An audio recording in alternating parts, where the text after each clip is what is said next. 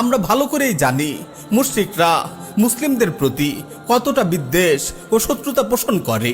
আমাদের মহান রব আমাদের জানিয়ে দিয়েছেন, লাতাজিদান্না আশাদ্দান নাসি আদাওয়াতাল লিল্লাযিনা আমানু আল ইয়াহুদা ওয়াল্লাযিনা আশরাকু। আপনি সব মানুষের চাইতে মুসলিমদের অধিক শত্রু ইহুদি ও মুশরিকদের পাবেন। হ্যাঁ আমার প্রিয় মুসলিম ভাই ও বোন, ভারতের মুশরিকরা ইসরায়েলের ইহুদিদের মতোই মুসলিম উম্মার জন্য হুমকি এবং মারাত্মক বিস্ফোরা। সুতরাং ভারতের প্রতি নতজানু আচরণ নয়, এদের আগ্রাসনকে ধুলোয় মিশিয়ে দিতে হবে। বাংলাদেশের উপর তাদের দাদাগিরি আর চলতে দেয়া যাবে না।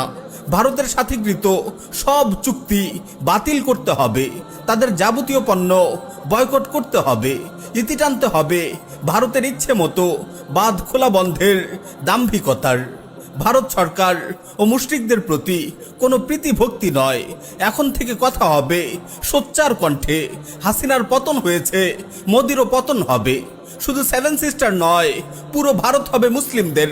সেই লক্ষ্যেই গাজওয়াতুল হিন্দের অগ্রগামী সৈনিকরা প্রস্তুত হচ্ছে বিইজনিল্লাহ।